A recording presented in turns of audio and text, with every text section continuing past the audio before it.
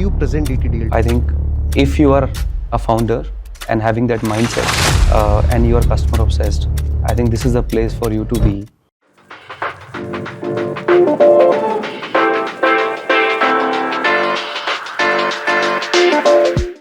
Hi, welcome to Zero to Scale. I am Vibhav, your host, and I am here to unpack ideas and the leaders who actually shape them. From a senior software engineer to a senior director, we have Nitin Malhotra with us. Hi, Thank you. Nitin. Welcome to our podcast. Thank you, Vibhav. I'm excited to be here. Your career speak volumes, but I want to start with what Nitin Malhotra really is, apart from what people are seeing on the LinkedIn. So I think outside of work, I'm a tech journalist Ah, that loves to go deep and wide to solve a problem. I'm a big foodie. I love to explore different cuisines and sometimes be very creative in the kitchen and do my hands dirty. I'm very curious learner. I always think life, the learning should never stop. So, how has your experience so far with Deutsche Telekom Digital Labs? We know you spent about 5 years here, and it's about a tech lifetime, if I must say, right? So, what is making your journey here so enjoyable, so memorable that made you stay here for such a long time? Yeah, so I think it's not even 5 years. It's going to be 7 years now in the June. ah, It's a long time that I have invested in DTDL. So I've been part of DTDL from the early days. I have seen DTDL grow from the day zero, the where we are, and we have solved some really exciting problems. We have scaled all the products into different geographical locations that we have. We have impacted millions of customers by scaling these products, and we have also picked up a lot of new opportunities that are coming in the market to bring a real impact in DTDL. While I was part of, let's say, from the beginning team, but also from the skill set and from the kind of mindset that we need from people. So that has played a very important role for me in the DTDL. I've also learned from those mindsets. I've also learned from those skills, but we have made sure that we are hiring the right talent that is needed for us to scale in different markets. obviously, it's not a one-member team, right? You have a large number of engineers working with you to achieve this big dream, right? So, how do you keep your team motivated? Because at times it could be overwhelming, or it could be tiring for some as well. Managing two time zones, working at enterprise scales but startup speeds. I mean, that can be really overwhelming for some. So, how do you want to take on this and I keep think them energized? you rightly said, Vibhav. It is not about the speed the leader have, but the speed of your team is actually speed of the last member of your team. What I have realized during my journey, that your team should be able to buy the vision that the leader has. So once team understand the vision and the impact that you're going to create, your team does wonders.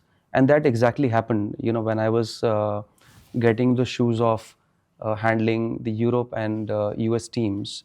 I actually fit myself into their shoes, and I thought, if I could be a leader who is managing these teams in different locations, how should I behave? How should I act?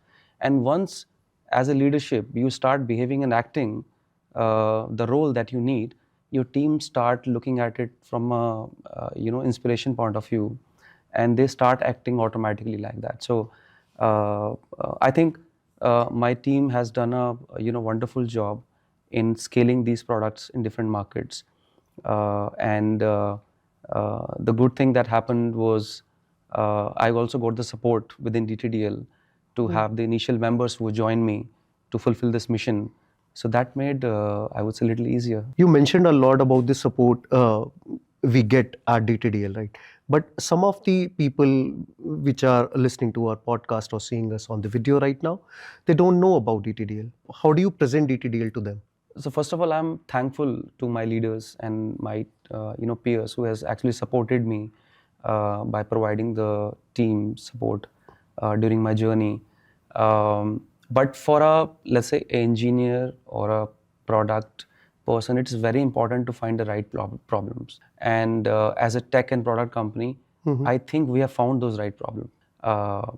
We have built many products and we are solving a lot of problems for the customer. For example, commerce, we are simplifying the shopping experience for the customers.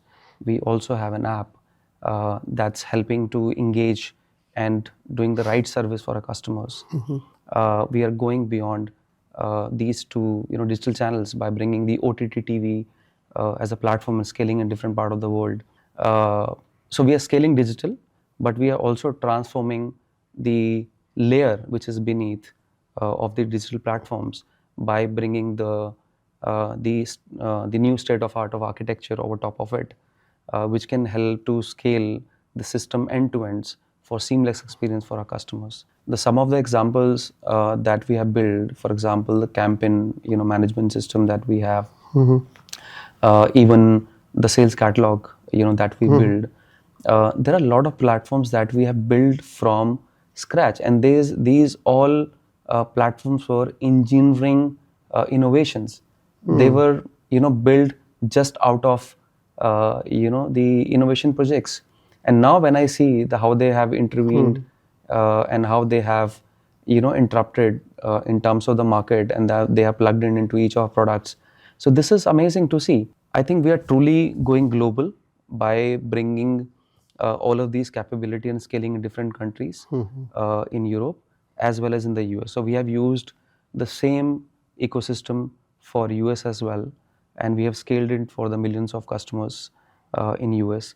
The state of the architecture that we have built has actually helped to scale these ecosystems. So in last 5 years, the time that we are also finding the new opportunities in the market. For example, the Paisy is a new payment solution that we have launched in Europe, and that Europe is more cash market and still untapped from a digital payment ecosystem. The energy is one of the areas that we have also committed to our customers that will be green magenta by 2030. I mean, the journey has been exciting. Every day is a day zero, and we are finding new problems to solve. It's so amazing to hear that. Was there a moment that made you pause and genuinely feel proud? Something like, wow, we made this happen? I think during my journey in DTDL, there have been many such moments, and you have been part of many of them, Vibhav. But I think the first team that had made me wow when we were launching the My Magenta app in Germany. So My Magenta app is our the engagement and the service app that we have across our 11 countries. So we wanted to launch this app in Germany, but the initial estimates that we got to build the backend interfaces to support was 2 years. And I love the team because they challenged it at that point of time, that why it would take 2 years, because we can easily launch in 4 to 6 months. We launched this app in Germany in 4 months. Oh, that is truly awesome. And I still remember those days I was sitting at the bay just adjacent to the Magenta Moments team, and the energy that I feel while I was leaving in the evening, and the energy was many folds when I came back the next morning. It was really exciting. Now let's talk about the elephant in the room, the big giant AI. What is in your build list for that? Yeah, I think AI is the trend, and now it's no more the buzzword. So the AI, I think I'll just relate to two major areas that we are focusing on AI. How we can bring efficiency with AI, and how can we solve the real problems for the customer using AI. So we are tapping both the areas. With the developer efficiency, I think we have built a lot of tools internally.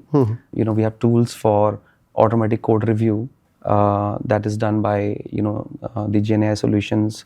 We have built tools which diagnoses the problem by reading the logs automatically, and it actually captures the screen where the issue is happening. We have actually also built our own plugin internally, though it is based on an open source, but we are using it to automate our code and making it 5 and 10x faster how it should be. So this is how we are plugging AI into all the development cycle that we have, and we are making it 5 and 10x faster and moving away from the traditional way of doing things. On the other side of it, we are also exploring the AI on a customer side, that how can we ease the customer experience on our digital channels. Just to give you an example, in our OTT TV, we had the problem where there has a lot of manual work has to be done for generating the captions, the content for the our video content which is there on the platform. So we have enabled it now with the AI, where these captions are generated in different languages in part of the countries with Gen AI, and we are saving a lot of manual efforts and the cost. The other part of the area where we are exploring is how can we simplify the shopping experience on the app.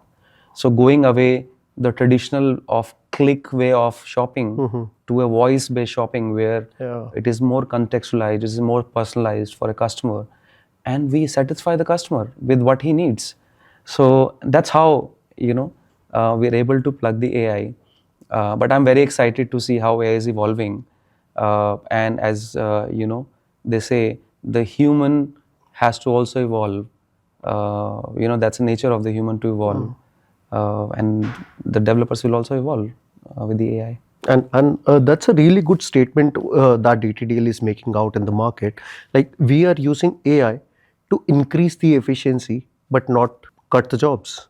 Yes, this is our first goal, to increase the bandwidth. I think AI cutting jobs still, I feel it's far. As I touched base that the human instinct of evolution, it will evolve. The developers will evolve. For this, the software developer needs a one level of understanding.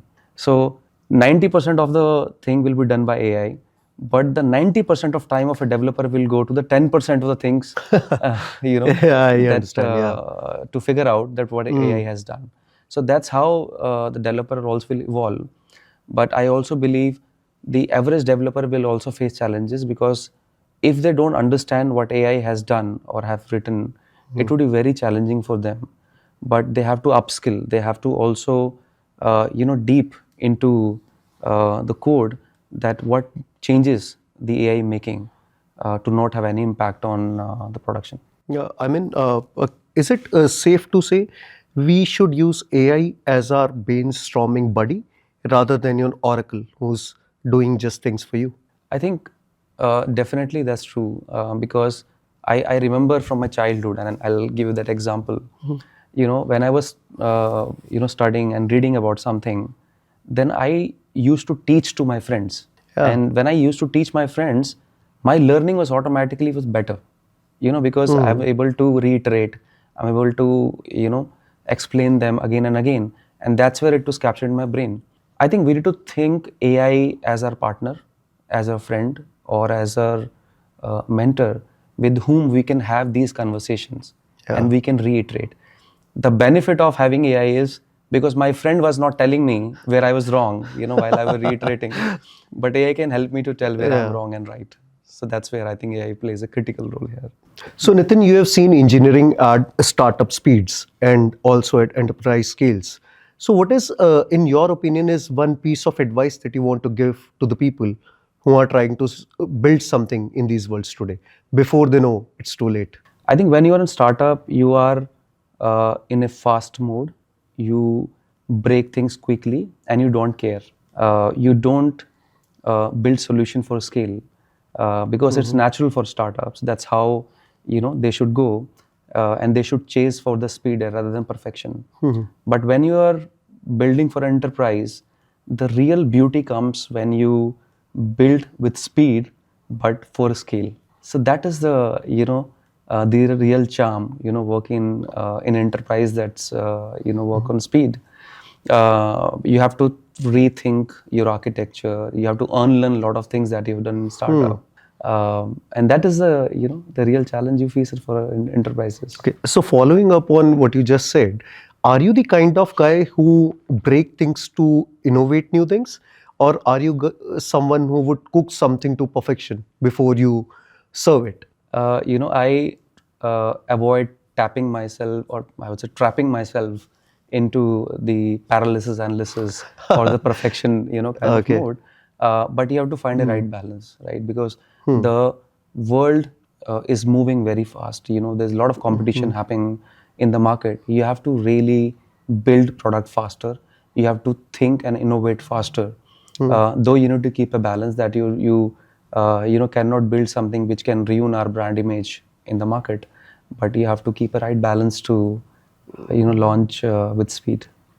So you have to have the right balance of processes in place that give you that appetite of failure as well, and the processes which safeguard you when you work on enterprise scale.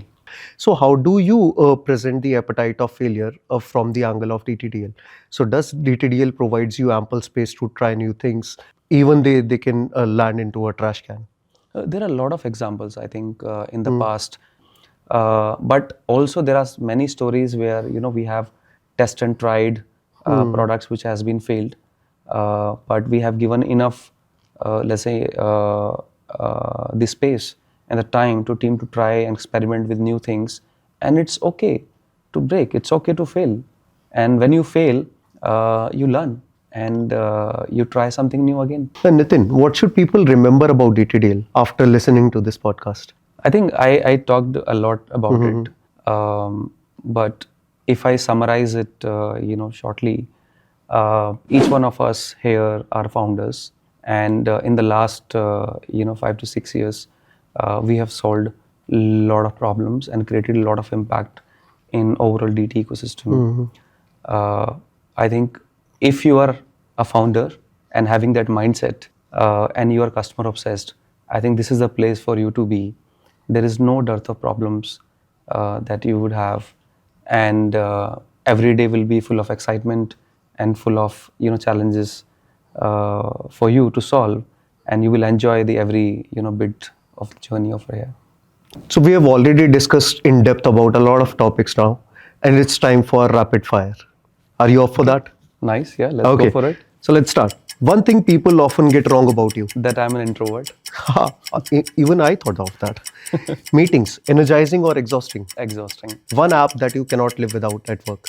Todoist. Are you hiring for skills or attitude? I think attitude, because skills can be learned. One quality that you value the most in your teammate. I think determination. One trend that you are really excited about this year. I'm hearing a lot about vibe coding.